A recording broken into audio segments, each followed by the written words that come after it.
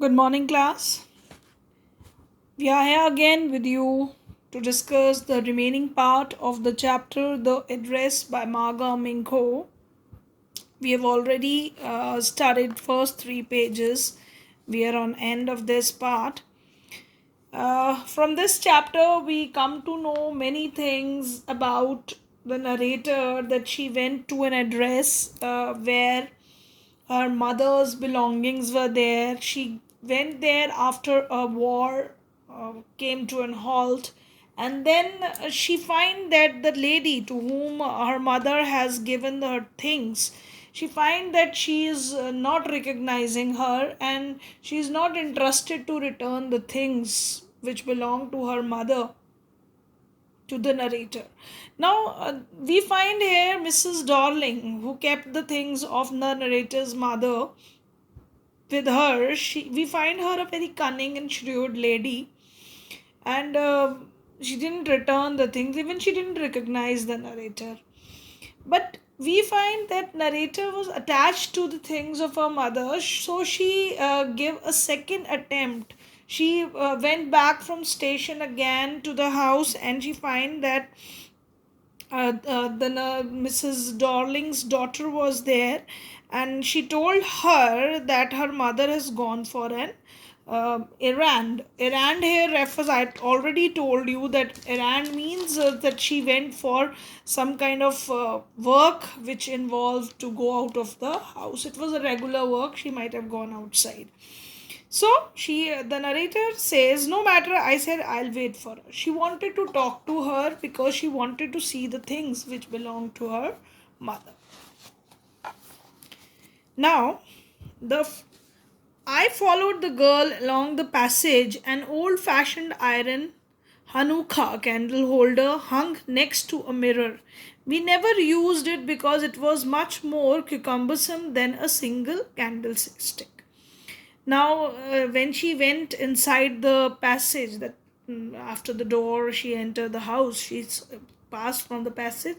She saw an old-fashioned iron Hanukkah. Hanukkah is uh, it is a festival of light, basically, which is celebrated by Jews, and it was there that Jews festival on which they use this candle holder on which they put the candles, and it was next to the mirror, and they have never used it earlier because it was much more cumbersome than a single candlestick. Cumbersome means it is unmanageable, so they have never used it because might be it is difficult to keep the things candles on it. So, won't you sit down? Asked the girl. She held open the door of the living room, and I went inside past her. Now, the girl was Mrs. Darling's daughter. She asked to sit her down, and she also kept open the door of living room, and she also went inside with her. I stopped horrified. I was in a room I knew and I did not know. Now, this is really an irony when she says that she was in a room which she knew and did not know. Now, because earlier she knew the room because it was familiar to her with the things organized the way her mother used to organize the thing. But presently, now she didn't know the room because things were not familiar to her. Because I found myself in the midst of things I didn't want to see again, but which oppressed me in the strange atmosphere. She wanted to see all those things which belonged to her mother, but it was really oppressed here means she was feeling very depressing. She was feeling very sad at this moment to see the things, how badly they were organized in the room. So they were not kept in a very loving and a very kind atmosphere. So she find that atmosphere very strange, or because of the tasteless way everything was arranged, because of the ugly furniture or muggy smell that hung there. I don't know, but I scarcely dare to look around me. Now the narrator felt that she didn't like the way they have not arranged the things in a beautiful manner, and a very dirty kind of smell was coming, and things were not arranged. So she didn't know, and she didn't even wanted to give a look around because she's not finding the place very comfortable. The girl moved a chair. I sat down and stared at the wooden tablecloth. I rubbed it. My fingers grew warm from rubbing. I followed the lines of the pattern. Somewhere on the edge there should be a burnt mark that had ever never been repaired. Now, when she sat on the chair and saw a woolen tablecloth which was covering a table, and she rubbed that woolen cloth, and she find it familiar because that tablecloth belonged to her mother's belongings, and she also know that that tablecloth was burnt somewhere from some place, and it has not been repaired. My mother will be back soon. So if here at this very point we find that narrator knew the things, she knew the things which belonged to her mother, she recognizes the things, but she didn't like the things, the way they were arranged in the room in a very unorganized way. It was the atmosphere is not fine, she's not finding that atmosphere comfortable.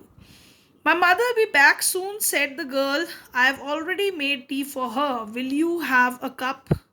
Now that girl asked her courteously that should you will you have a cup of tea, or but and she's thanks her for that. And I looked up. The girl put cup ready on the tea table. She had a broad back just like her mother. She poured tea from a white pot. All it had was a gold border on the lid. I remembered. She opened a box and took some spoons out. Now that girl tried to serve her with tea. She put it on the cup. It was on ready on the table, tea table, and the girl was also having the similar back, which broad back, just like her mother. And when she was pouring things, pouring that tea to the cup, she narrator was recognizing the teapot, lid, everything. She remembered everything, and the girl opened a box with some spoons out there. That's nice box. I heard my own voice. It was a strange voice, as though each sound was different in this room. Now she said that this is box is very nice, and when she heard her own voice, she find that her voice is not familiar to her, because she didn't like praising those things like that, because those things belongs to her. Oh, you don't know about them. She had turned around and brought me a tea. She laughed. My mother said it is antique. We have got lots more. She pointed round the room. See for yourself. Now, this girl was also, this girl of Mrs. Darling also believes in show off, and she is trying to show off the things which she had, and she said that all these things are very antique. Her mother told her that, and this narrator knew that these things were precious and they were belonging to her mother, but she cannot say anything to her. She didn't even like that idea, the way she was praising those things. I had no need to follow her hands. I knew which things she meant. I just looked at the still life over the tea table. As a child, I had always fancied the apples on the pewter plate. Now, this girl, when she was a child, her mother used to organize the tea table in a very nice manner. She imagined, fancied means she imagined that table, pewter plate is a kind of a tin alloy. At that time, maybe a decoration plate with the fruits on it. So she imagined that table with that pewter plate covered with fruits, apple kept on it, and the at this moment the stable is not organized in that manner. We used it for everything, she said. Once we even ate off the plates hanging there on the wall. I want to so much, but it wasn't anything special. So this girl also told her that the things, the plates which were decorated on the wall, they might be antique.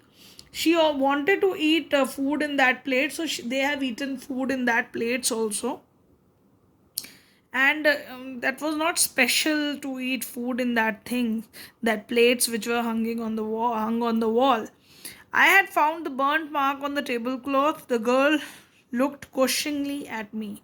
Now she found a burnt mark on that tablecloth that again confirms her that that tablecloth belonged to her mother. And now the girl was looking at her in a very questioning manner, that how this girl this girl, another girl, knew that how this tablecloth has a burnt mark. Yes, I said, you get so used to touch all these lovely things in the house, you hardly look at them anymore. Now this narrator said, when she was looking at her question, he said that these things are so lovely in the house, you hardly look at them anymore, that these burnt marks. Now you only, she said that you only notice when something is missing because it has to be repaired or because you have lent it, for example. Now she told her that you notice something when something is missing from some place, or you wanted to repair it, only then you notice the things, or you have lent it. She give the example that if you have lent this thing, for example, again I heard the unnatural sound of my voice and I went on. Why she is referring it as unnatural sound? Because she wanted to tell them that these things belongs to her, but she is telling her in a very unfamiliar manner. Again, I heard the unnatural sound of my voice and I went on. I remember my mother once asked me if I would help her polish the silver. It was a very long time ago and I was probably bored that day, or perhaps I had to stay at home because I was ill, as she had never asked me before. I asked her which silver she meant, and she replied, surprised, that it was the spoons, forks, and knife, of course, and that was strange thing. I didn't know the cutlery we ate off every day was silver. Now, narrator reminds of her past. She remembers when her mother used to tell her about the things that her mother, when she talked her one day, she remembers her past day when her mother wanted the narrator to help her, because that day she's not remembering exactly what was that day, but she might be feeling bored that day, or maybe she is staying at home because she was not feeling well. She didn't remember exactly why she was at home that day, but her mother asked her to help her with the polishing of this silver.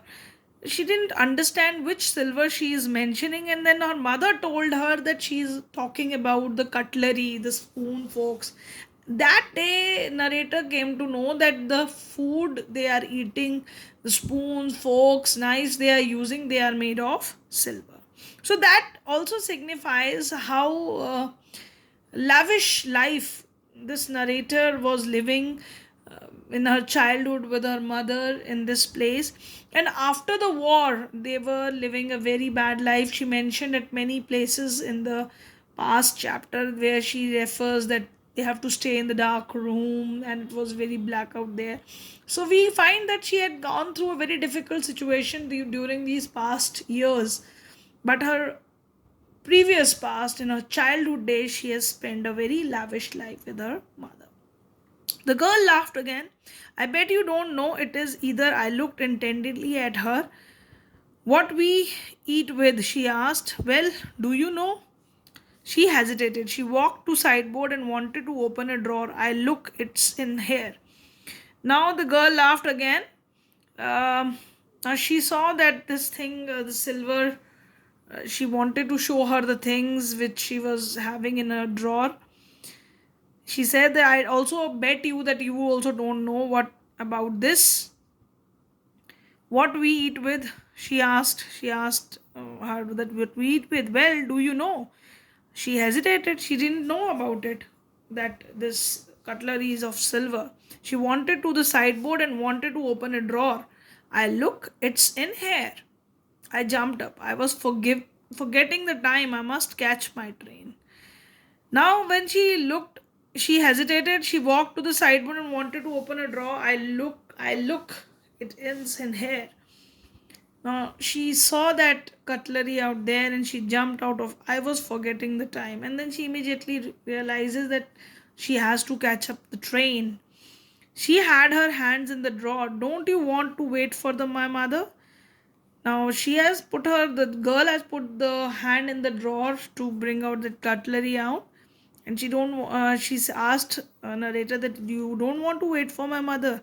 No, I must go. I walked to the door. The girl pulled the drawer open, and I can't find my own way. Now the girl had opened the drawer, and I can find my own way. She simply said that I can find my own way. I'll just go and leave. Narrator at this moment has taken a very quick decision when she noticed all those things in a very strange atmosphere. These people are not familiar with it and even had no value for those things.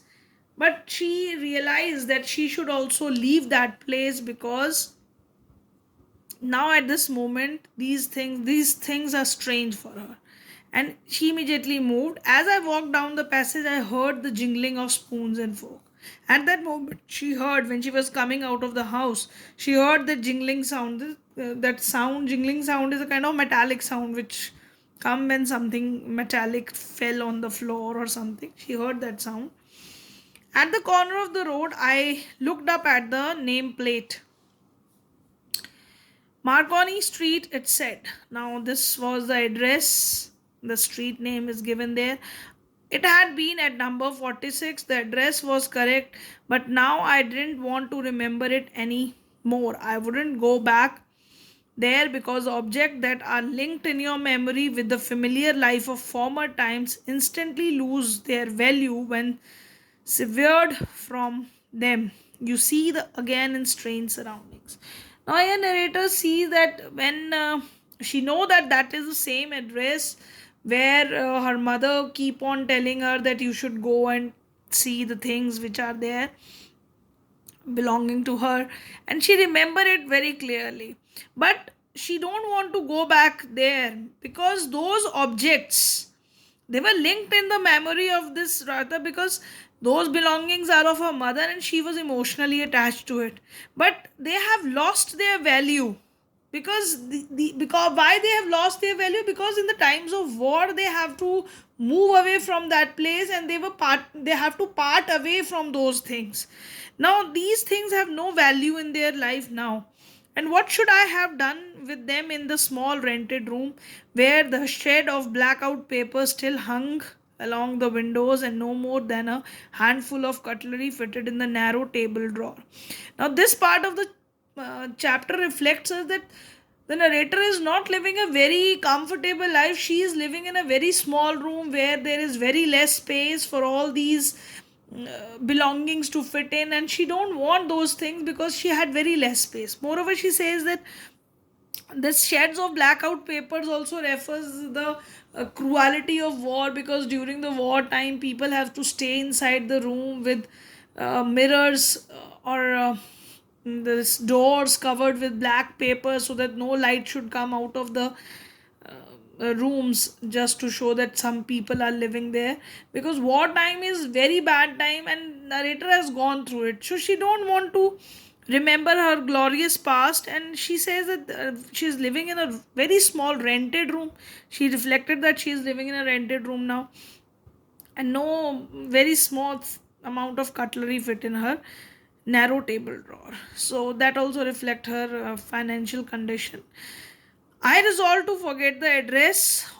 Of all the things I had to forget, that would be the easiest. Now she had decided at this moment that she is going to forget this address because it will be very painful for her to remember that address, remember that belongings. So she wanted to forget that all things, and this is something very good she has decided.